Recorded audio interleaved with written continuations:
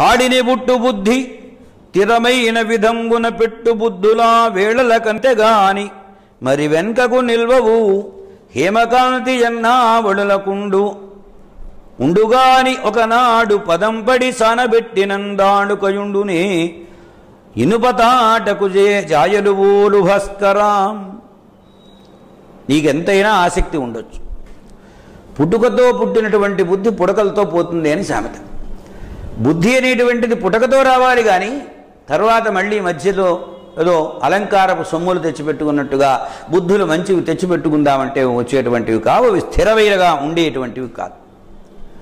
ఒకడు నేర్పేటువంటి బుద్ధులు ఎలాంటివి అంటే ఆ వేళకు అప్పుడు మాత్రం తాత్కాలికంగా పనిచేస్తాయి. కొంతకాలం అయ్యేటప్పటికి ఆ బుద్ధులు కాస్త వెనకబట్టి వెళ్ళిపోతాయి. బంగారానికి కాంతి ఉంటుంది, పుటం వేస్తారు, ఆ పుటం వేస్తే దగదగ మెరిసిపోతూ ఉంటుంది. బంగారానికి ఉన్నటువంటి వెలుగు చాలా కాలం ఉంటుంది, ఎన్నాళ్ళకైనా. అదే తుప్పు పట్టింది, తీసుకెళ్ళాం, నిప్పుల్లో కాల్చాం, తుప్పు రాల్చేసాం, పదును పెట్టాం. ఆ కత్తిగా తుప్పు లేకుండా పదును ఎంతకాలం ఉంటుంది? కొద్ది కాలం ఉంటుంది. తర్వాత ఆ పదును కాస్త పోనైపోతుంది. కనుక బంగారానికి కాంతి ఉన్నట్లుగా ఇనుముకు కాంతి ఎలా ఉండదో అలాగని ఇతరులు చెప్పినటువంటి బుద్ధి తాత్కాలికంగా పనిచేస్తుందే కానీ మంచి బుద్ధి అది శాశ్వతమైంది కాదు. అది సహజంగా పుట్టుకతో రావాలి సుమా. మన వాళ్ళు అంటుంటారు హెరిడిటీ వారసత్వ సంపద అంటారు. మన పెద్దవాడు బుద్ధిమంతులైతే మనం కూడా బుద్ధిమంతులం అవుతాం. మన పెద్దవాళ్ళు బుద్ధిహీనులైతే మన వాళ్ళు కూడా, మన పిల్లలు కూడా బుద్ధిహీనులు అవుతారు. అంతే, తేడా ఏమీ లేదు.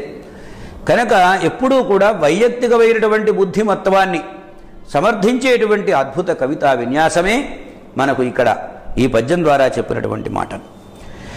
హీనకులంబునందు జనించిన వారి సద్గుణంబులెన్నేనియుగల్గి ఉన్న ఒక నేరము చెందకపోదు పద్మము బురద ఉట్టుట వల్ల సుధాకరోదయం వైన నసఖ్యమందవే ప్రియంబున చూడగలేక భాస్కరాం. హాడిని బుట్టు బుద్ధి తిరవైన విధంబున పెట్టు బుద్ధులా వేళల కంతెగాని మరి వెనుకకు నిల్వవు హేమకాంతి ఎన్నాడులకుండుగాని ఒకనాడు పదం పడి సానబట్టినందాడు కయుండునే ఇనుపతాటకు ఛాయలు ఓక భాస్కరాం.